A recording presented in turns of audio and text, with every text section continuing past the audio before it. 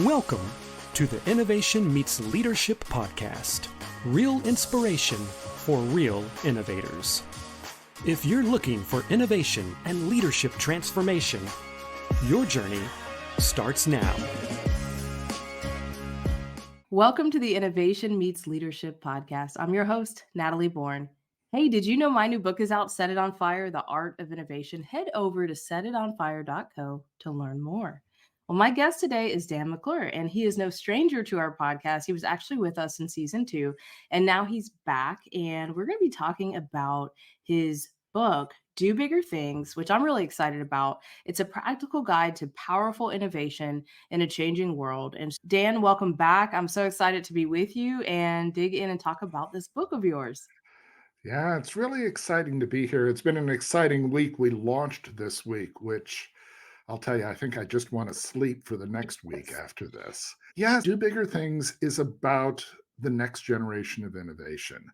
And this idea that for the last 70 years, innovation has been evolving, coming up with new and don't even want to say improved, but new practices for each challenge that particular age presented itself. And we're really in an age of complex, messy, difficult challenge. The wicked problems of yesteryear are Mhm. now the problems that we actually have to solve. And so Do Bigger Things talks about how do you do that? How do you take on something that has, multiple stakeholders, lots of interconnected parts, and make real progress with it? Yeah. I'd love for you to share with the listeners a little bit of your background. I know you did this in season 2, but I really feel like a lot of the reason why you wrote this book is because of those experiences and your background that kind of led you to the moment to say, you know what, we need to put this work out there in the world and help people through these complexities. Yeah, I feel like I'm a dog that only knows one trick. So I've spent my entire life being really attracted to complex, messy problems. And I like to say that I'd like running into burning buildings. And so, I started seeking out jobs that had that kind of problem. And anytime I found myself in those kinds of positions, I was just happy as could be. I was doing interesting, complex stuff, breaking some rules, you know, taking and, putting the status quo back where it belonged and instead, doing something new and different. And that was the kind of work that really got me energized. But I'll have to admit, I was improvising. I was making Mhm. stuff up on the fly. And which is fine when you're 25 and you're trying to do that. But then you get to be 35 and 45. And well, as you can probably tell, those numbers just keep on going up. At some point, you realize that you really need to have a way of seeing the whole process and the whole Mhm. picture and knowing what to do next with it. Yeah. And that's really where we got to with Do Bigger Things. It was time to bring all those pieces together so that we could see them and actually show them to other people. Yeah. This is actually, I think you're leaning into one of your superpowers. I kind of heard two things here that I just want to underline. One, the ability to go into a situation and really turn it around. That is a skill set. Not everyone possesses that skill set. But then, secondly, you talked about this ability to zoom out, to look at the bigger strategic picture and not to be so focused on those myopic details that you miss kind of the bigger scheme here. What are we trying to actually accomplish? What are we trying to do? Where are we trying to go? And so focused, so often we can focus on the small things that we forget that there's a bigger strategy at play. And so I love that you leaned into those things. And really, a lot of this, what you talk about is the value of playbooks and how you can bring playbooks in to deal with some of these turnarounds or some of these complexities. So I'd love to lean into that just a little bit. Yeah. Well, I know that you talk about playbooks too, so I feel Love like this is a love a good playbook. shared theme between the two of us. Right. Well, one of the things when you talk about, disrupting the status quo and reinventing things is that you really need to take all the pieces apart and put them together in a Mm. new way. And that goes for innovation practices too.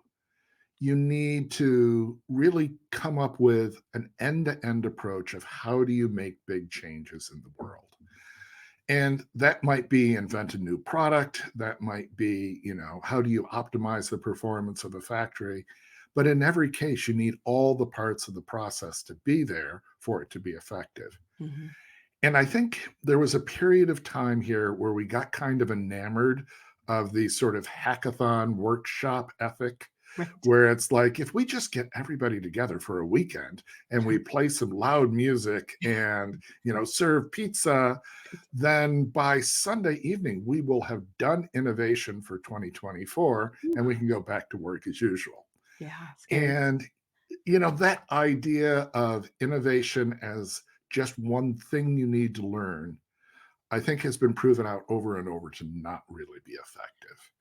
And what you really need is to understand all the interconnected parts that come with, Mhm. a new idea, a new approach to doing innovation. And that really, I mean, it's what you cover in your book for the Mhm. work innovations practices you talk about, and it's what we try to do with Do Bigger Things, is Yeah. really see the whole thing. I love that because you're leaning into something very important. Hackathon is a way, it can't be the way. And I think that there are different levels of innovation that should be happening in your organization. There for sure should be strategic innovation. And when I think of a hackathon, I kind of think about sometimes like feature innovation, right? Or problem solving Yeah. innovation. And there has to be these different rungs of innovation in your organization. Some people have little or no innovation. So even starting somewhere is important. But if you're operating or you're kind of punching at a level where eventually you can have these different rungs of innovation in the idea, and I don't know how you feel about this, Dan, I'd be interested to know. I feel passionate that everyone in the organization should feel as though they own innovation and that they're a part of that process. But I would love any pushback or thoughts you have around what that should look like. Yeah, actually, so I very much agree with that, but then I'm going to do and the organization actually needs to be designed for them to be able to make good on that ownership. Yeah. So I think there's something deeply unfair about telling somebody in an organization, you need to think more originally, you need to be flexible, you need to drive to, some different way of working, and then designing every aspect of the organization to prevent them from doing that. Yeah. And so many organizations are built as these sort of inflexible, Mhm. structures that can't be changed and can't be adapted. Yeah. So if we're going to tell everybody in an organization that you need to be innovative and that we want you to make big, bold ideas, you've actually got to design an organization to do that. Mhm. Yeah, your culture can't kill it upon arrival, right? That's a big challenge. Well, and I think it's even more than culture, although certainly culture can be one of the things that kills it. Here's the metaphor that I'd like to use. Imagine you've got a house and you decide you want a new house. If you've got to basically tear the house down to the ground, flatten the lot, and then bring all new materials to build the next house, that's going to be a pretty traumatic thing. And everybody's going to push back on that. And Right. perhaps justifiably, right? Like you're tearing down the house. Mhm. On the other hand, imagine you had a modular house where the pieces could be taken apart, put back together in a new way. Well, now you could reimagine that house a lot with a lot less pain and it wouldn't be as difficult. So think about, how do we innovate with Lego blocks as Mhm. opposed to something that's tightly glued together? And that's a Mm. lot of what we talk about when we say ecosystem innovation. It's start thinking of the world as Lego blocks that you can put together in a new way. And don't assume that every change involves tearing the house down and flattening the lot. Yeah. This is a very beautiful point that you're leaning into because part of what happens is if people do take that approach of let's tear the house down, they're not going to get their idea, their invention, their innovation through the organization that way. That's a way to have what I would call just organ rejection in an organization. And Yeah. so zooming out and thinking about it as an ecosystem is can be a different way to approach that. Can you talk more about that? So let's take maybe a Fortune 500 company example and say, okay, so there's somebody that's sitting in the organization, they have a big idea, they want to try to get that through the organization. what does it look like for them to talk in this new language of kind of ecosystem versus we're just going to rip and flip, right? Instead, I want to, maybe rebuild or maybe renew an area, not just tear it down. Yeah, I love rip and flip. I'm going to steal that phrase in the future. So I think there's two levels of this. Mhm. One, there's preparing for big change. So one of the things that I was always impressed about Amazon is when they started doing their technology, they required all the pieces of technology to be designed as Lego blocks that could be bolted together in new ways. Mhm. And as a result, what you see is Amazon is incredibly nimble about being able to move into new fields. Right. And that's because they're not building a medical supply company or an insurance company from scratch. They're using the Lego blocks that they already have and just putting Mhm. them together in new ways. So I think there is a whole set of opportunities here to begin to change your organization into more Lego blocks that could be redesigned and moved around. And that's something you could do before you have the crisis of requiring change. Yeah. But then when you get to the change, you need a big vision of where you're really going to go. And I think this is where most people tend to stumble. If you're going to have to reimagine the status quo, you can't simply say the status quo, that's bad, we're going to go out of business. You have to say the status quo is bad, and here's the vision of the future. Here's Mhm. how we're going to put the Lego blocks together, and then work on the company of moving towards that vision. And you can do that in a way that evolves over time rather than having to do it all at once. So you have some wheels spinning for me. So if I have an invention and innovation, do I first need to be looking at the vision of the organization and seeing how maybe some of the core strategies of the organization, if they have those published, and seeing how my invention kind of aligns to where the organization is going to write that narrative? Like, what should that look like as someone is trying to say, okay, I have this thing, I want to push it through the organization in a meaningful way? Well, you have to align with what the company wants to become. And I think, this sort of implies that the company's got to want to become something big and bold. If the company wants to become exactly what it is, it's going to be hard to push that innovation through no matter Right. what. But once you've aligned with what the company wants to become, you've got to figure out how you're actually going to assemble your innovation Hmm. so that it works in the real world. It's not simply about getting a budget for your idea. It's about setting up the partnerships you need. It's Mhm. about creating the supporting functions that are cross-cutting, like HR or customer service. It's about figuring out all the new pieces that you need to put in place. And so it's seeing that bigger picture and being able to talk about that rather than just I've got this narrow innovation. It's the all the pieces that you need to be input that you need to put in place. This is such an important point for innovators. I mean, what I hear you just doubling down on every time you speak is this idea of being able to zoom out, this idea of being able to see the whole. I mean, that is a beautiful lean principle, but it's also a beautiful principle of innovation of just being able to see the whole picture, to see the big vision and where the organization is going, and then get an alignment behind that so that your ideas can see the light of day. I think that's really cool. Talk a little bit about innovation choreographers. Like, what is it and how might it play into someone's work? Well, think about when we talk about that big vision. Oftentimes, innovators in the past talked about see the big picture of the problem so that you see all the parts that are contributing to the problem. If we're going to do something boldly disruptive, we not only need to see the complexity of the problem, we need to imagine a fairly complex solution, something that has lots of different pieces as we're moving forward. And that requires a person who's good at seeing problems and solutions that way. Mhm. And that's really what the choreographer does. The choreographer says, here's the complex view of the problem. Here's the complex view of the solution that I imagine. And I'm going to tell everybody that needs to know that story, and then I'm going to help the organization make the change. And it's a role that requires a lot of different skills that most organizations haven't rewarded in the past. So you've got Mhm. to be a big picture thinker. You've got to be a natural generalist, somebody who sees across lots of different dimensions, not a specialist in one field. You have to be a bit of a rebel and willing to break some rules.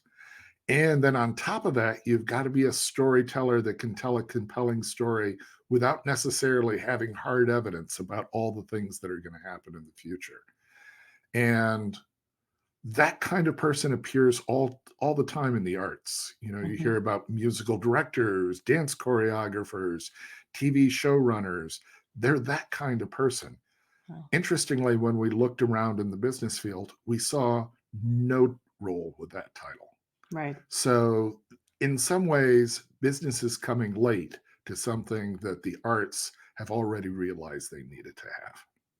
Well, this is really powerful because, we always joke about, I've had several people come on the podcast and kind of joke about being a generalist, but that can truly be a superpower when you move into this idea of the innovation choreographer, because part of the neat thing about a generalist is they can jump into any role, any industry, and there's just something in them, the way they're wired, they're able to quickly get up to speed on that topic and then start to really invest in thought leadership in that space. And I think that's a big superpower that we really don't call out, I think, a whole lot with people.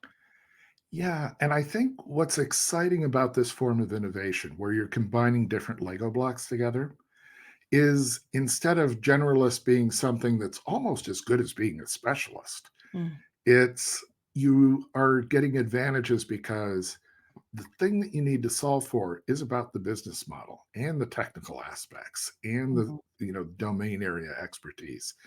And so being able to see across all of those different dimensions makes you better at this role. It's sort of like you can see and understand all your Lego blocks. How would someone find this? So let's say there's a founder or CEO listening to this podcast and they're saying, "Yep, yep, makes sense. I need that." Like to your point, these people feel like they might be a little hard to surface. Like how do you find people that might fall into this category, or what types of personality wiring? Like how should we be Yeah. finding these folks? I think what I would say is most of the people I know are Myers-Briggs Ns. So Okay. they're concept, big picture thinkers. But beyond that, I think you really need to look for people who naturally gravitate towards pushing into new spaces. Mhm. Ironically, a lot of organizations have these people and have been forcing them into hiding. Yeah. So there's a certain amount of, going and looking for the poorly performing business analyst who actually is a choreographer because they're not detail oriented, they're not a specialist. The poorly performing project manager who isn't really all that organized but does see the big picture. Oftentimes these folks are in the organization. The other thing is we're beginning to see more honest to God job descriptions about Mhm. this. You're seeing directors of innovation jobs that are about being choreographers and describe it in these sort of cross-cutting big picture ways. And the tribe is beginning to come together. Mhm. So there's a lot of energy, for example, from the readers of our book, because we talk about, like, what is this job? We've got a choreographer community where, choreographers get together and we choreograph big ideas and such. So I think there's a growing sense that this is a thing. Mhm. And you can go find them in your organizations. You can ask for it in the form of hiring, although you've got to get your HR department not to kick them out as soon as you Right. find them. Yeah. And you're beginning to see communities and sort of professional recognition around the role. Yeah, this is very fascinating. Do you have a copy of your book you can show us? Ooh, I do. Yes, this looks really cool. So tell me, keep holding it up and tell me, what is your favorite chapter? I guess we have sort of three major sections in the book. Okay. The first section talks about why we need a bigger and more powerful form of innovation. Okay. And that's really about the complex problems that we face and the complex opportunities that are available to us. Okay. The second section is around choreographers and the role that allows you to do that. And then the last part of the book is really, here's how you do the practice. This Mhm. is the playbook part that, we talk about, here's the 6 pieces that all fit Mhm. together so that you can be successful with this. That's awesome. And if I was going to pick a favorite part, I think honestly it's the choreographer. I've spent my entire life being a choreographer without having a name for it. Right. And it's amazingly freeing once you realize this thing that you've been doing that you couldn't avoid doing actually Yeah. is a real thing. It's a job. It's something that matters in the world. And boy, that's such a relief when you finally realize that you're not simply being irresponsible with your career, but you're actually using a set of talents Yeah. that matter in the world and matter probably more than they ever have. Yeah. Wow. This is, I think, for a lot of people today listening to this is going to be very freeing to hear that, they can It find is. themselves in your book. Well, and they can find themselves out in the real world. Yeah. The problems that matter today are things like industry disruption, where the status quo can't be incrementally improved Right. to be better. You actually have to reimagine, the Mhm. way your business is going to work and reimagine what your products are. Yeah. They're the kind of, hard problems like climate change and environmental protection and energy transformation. All of these are the complex types of things where a choreographer is essential to help Mhm. solve the problem. And, we live in a world that has the problems that need us. And so it's really a question now, are we going to step up and take on the challenge? I love it. Well, tell people, where can they find you, follow you, and then where can they get your book? Yes, the work that I am doing and the writing that I'm doing is at innovationecosystem.com. Okay. And certainly come and take a look at the materials there. We have a innovation choreographer group on LinkedIn where members of the tribe get together. And of course, at all your Amazon sites worldwide, you Right. can buy a copy of Do Bigger Things. And, we would really love to get in and engage with you around these ideas. Both Jenny and I, Jenny Wild, who's my co-author on this, and I are enormously excited. I mean, it's exciting to have a book, but Yeah. it's exciting to have a set of ideas that, really offers this much that you can do in the world. This is so exciting. I'm super excited for you. I really would love for each and every person listening to this podcast to go out, support Dan and Jenny, get the book, and just know that, just from the conversations I've had with them, they have such a deep wealth of knowledge. They have real world experience in this. It's not ethereal for them. It's tried and true. And so it's just phenomenal to know that you have a book out in the world. I can't wait to get it, and then also to just be able to lean into some of the things that you're offering online, which just sound awesome. I'm going to go join your LinkedIn group as well, because would love to learn more from you guys and just glean what you're doing out there in the world. Yeah, I think the great thing about being a choreographer is that we're really pretty cool people. And so, like, if you get in a tribe of choreographers, it's a lot of fun. There's a lot of big thinking, ambitious, change, and it's a nice group of folk.